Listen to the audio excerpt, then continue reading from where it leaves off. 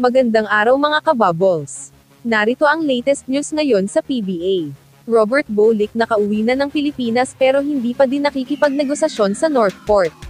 Mikey Williams ban na sa PBA dahil sa laki ng hinihinging sahod.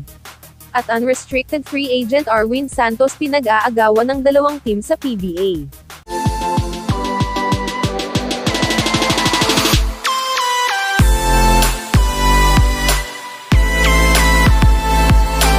Natapos nga ang kontrata ni Bolick sa Northport last PBA Governors Cup at hindi na siya nag-sign ng extension dito at biglang nag-sign sa isang team sa Japan B-League last off-season.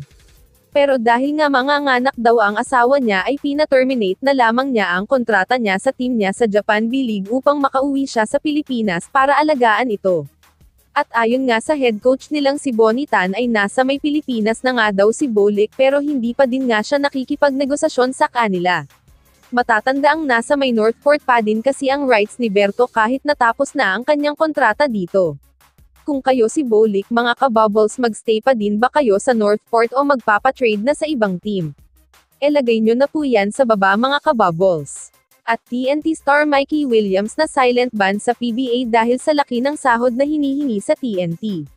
Ayaw ngang makipag-communicate ni Mikey Williams sa TNT management kaya't siya ay pinadalhan ng termination contract letter sa US kung nasaan siya ngayon.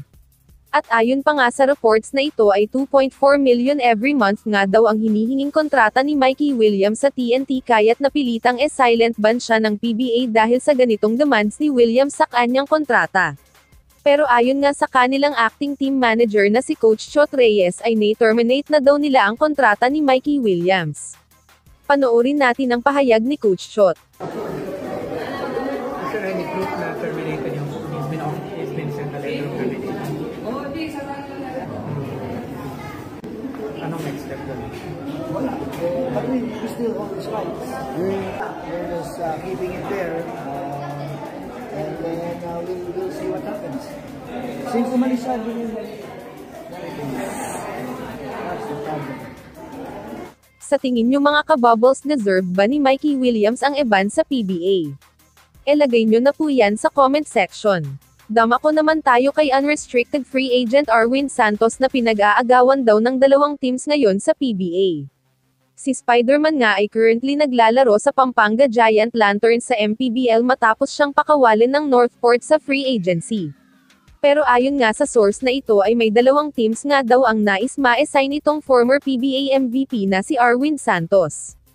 Ang una nga daw ay itong Converge na currently team ng manager niyang si Governor Delta Pineda, na pagkatapos nga daw niyang maglaro sa Pampanga ay kukunin din daw siya agad sa Converge. At ang pangalawa nga ay itong Magnolia Hotshots na may dalawa siyang kababayan na sina The Beast Calvin Abueva at Ian Sanggalang. Dahil naniniwala nga daw ang management ng Magnolia na malaki pa din ang maiaambag ng veteran presence ni Santos sa mga batang players ng Mags. Kung kayo si Spider-Man mga kabubbles saan nyo gusto pumunta ng team? Sa independent team na Converge or sa sister team ng dati nyong team na Magnolia Hotshots? Ilagay nyo na po yan sa baba mga kabubbles.